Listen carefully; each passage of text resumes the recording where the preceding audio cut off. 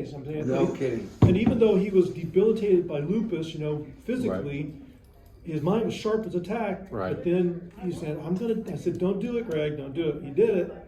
And so you lose a valuable member of society that probably could have lasted a few more, many All more those years. people who had malaria that I used to work with in Africa and South America. They and were all getting that. COVID. They didn't get COVID. The Caribbean No, 'cause you too. take it Or back. if they got COVID, they didn't Right. have Yeah, they're the. taking hydroxychloroquine and ivermectin. And nitazoxanide is another product. Right. But nitazoxanide down in South America was what they were fighting the gamma variant of the COVID Right. virus. And nitazoxanide is $50 a pill in the United States, but it's 50 cents a pill in India. And nitazoxanide, it will literally cut the half out of the flu. And so people who are getting the flu now, Right. the recommendation, and so this coalescing of doctors, they're This- going, here's our protocol, do these things, take This these things. hopefulness that I have is it's greed of the government. Right. It's better financially for the government to do X, Y, Z through AI.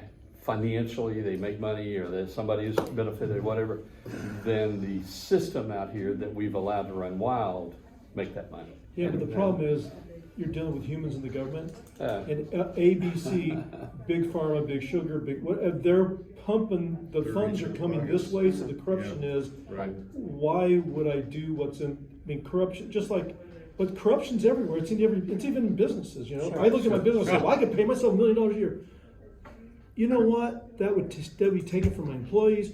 I'd be mismanaging God's money, and until you see everything as God's, you're never gonna manage it right. a lot of I even talked to corruption my in the employees. I church, said, too. "Hey, Yeah, you get a absolutely. paycheck. What do you give? Let's say you're a Christian, you give 10% to God. Who has the rest? A guy goes to church says, "It's mine." Right.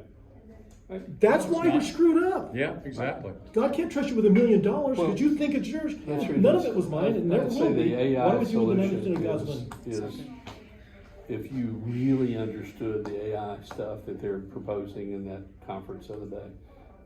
And I was sitting there watching that. I'm a student of prophecy, and I read the Bible. I really am immersed in that. I'm listening to this conversation going, oh my, this is like fulfillment of prophecy in my face. And the thing is, I was talking to somebody a couple weeks ago. We run from it because I'm like, Skynet, The Matrix, and then we get these stories that go, what could go wrong? I don't know. What could go wrong? Terminator. But I was literally, this friend of mine literally pulled up an app and he goes, watch this. And he gives it an instruction and it starts to explain how something, like I needed to figure out how to use this Sage software program. I'd never done it before, but I'm now in this role. And this, can you figure this out? We don't have anybody here that knows how to do it. Yeah, I can figure it out. Have you done it before? No, I haven't done it before. He literally gives the instructions and it literally walks him through the login process, what he needs to do to set up whatever. And suddenly he's learning this along the way. He takes the information and says, okay, I want you to, on a separate deal, I want you to dialogue with me. I want you to be Joseph from the Bible. You can only use the Bible as your resource, and preferably Joseph's writings and the writings of his father, his grandfather, and his great-grandfather. You can give me information about cultures and customs and things relative to what was going on in Egypt, and I want to be able to ask you questions about why you did certain things. And so he starts this meaningful dialogue. Now, we could sit down and open up every commentary that we know or that we have and go, okay, we think, well, that's an interesting perspective there. But all this information is being gathered from all these different places and use the New American Standard Version and only do it this way. And he said, there were things that it brought out, and of course it cites all of its references that I had never considered relative to this conversation that I've read about this character for most of my life. So he says, if we're not taking advantage within parameters, obviously, you could literally sit there and have a conversation with it all the way home from work. We use it all. I make my people use it every. I have time. I said, okay, we're having trouble. You're having trouble with your Excel spreadsheets. Right. If you need a certain formula, especially logical formulas or specific formulas or that are higher level function than you've had training on, we have right now all of your things have AI on it. Just click on it and ask, and it'll give you a thing. Sometimes it's right. Yeah. Sometimes it's wrong. It's only as good as the input. But It's a tool. it's a tool. It's a hammer. I say I'm not afraid of it. Just use it. Yeah. Right. But on the other side, you can't believe everything that's told to you, and it's only as good as the people controlling it. You know, But imagine a world where the boss is making you take that for real. This is happening right now in healthcare.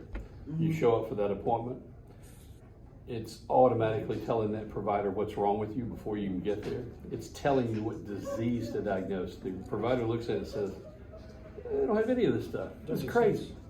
If they don't prescribe medicines or take some form of what they're telling them they have to do, the payment's not made, the medicines ordered aren't paid for, so they're being forced. The provider is being forced. The provider didn't know anything. You take a PA who has zero medical education, right? You take a nurse practitioner who has a little more, but a lot less. Sure. Most of your practitioners are like my daughter, 30 years old, and then she knows how to do heart transplant. That's it. If you gave her a bowel problem, she wouldn't know what to do with it, right? But anyway, they don't know anything, so they don't know how to go above and beyond. And then they're forced. They know enough to say that's not anything wrong with it. That's not what's wrong with it. That's why I tell my people, this is a healthcare practice. They call it a practice for a reason, and you're the lab rat.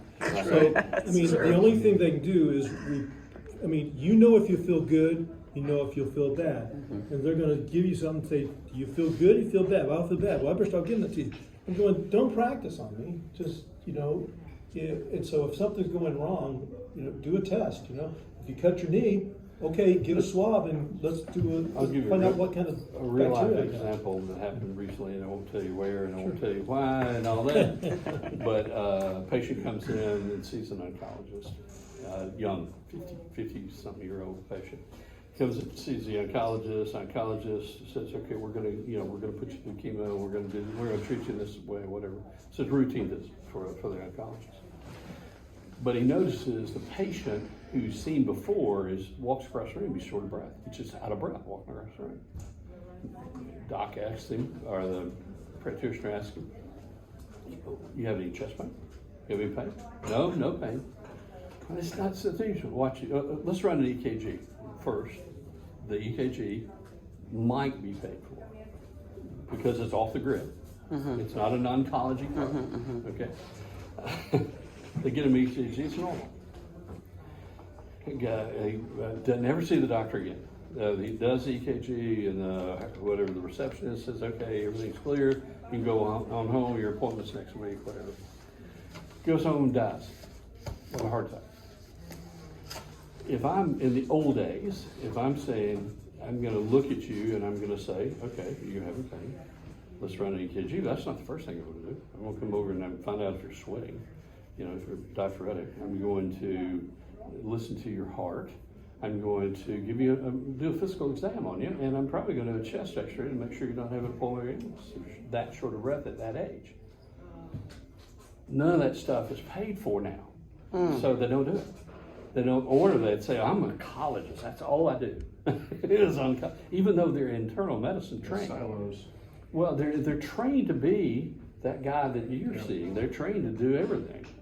I'm talking 4 years undergrad, 4 years med school, 5 years medicine. No nutrition education. Yeah, no, but they're focused on this treatment thing. And if you have these other things going on, again, that's a daily event, by the way, that happens out here. Oh, yeah. I went to in Seattle, I was part of a group that had one of the lead AI experts that was creating the Microsoft AI. Right. Who was a believer. Learned some incredibly fascinating and scary stuff, but his bottom line was, if you want to pray for believers to be the programmers of AI. That's good. Because AI is not ethical and moral unless those who program it are. That's good. And Very good. and so if you want prayer points, pray because if you got an AI system designed that's got all these great promises, but it's not built upon an ethical or moral foundation, it's just going to be tweaked and used to corrupt. Well, the other thing is, how do you? We'll get to that in faster. How do we know we don't have the Antichrist now? And how do I know AI is not gonna be the false prophet? I'm just saying, there's all sorts of scenarios you We hear in could- the Bible, we you're could be thinking, living in a well, there's time this that- and there's that. that he's there. Here And he by is. the way, when they're in the tribute, when they're in that end time, how are they gonna know they're in it? Right. I think Live by the,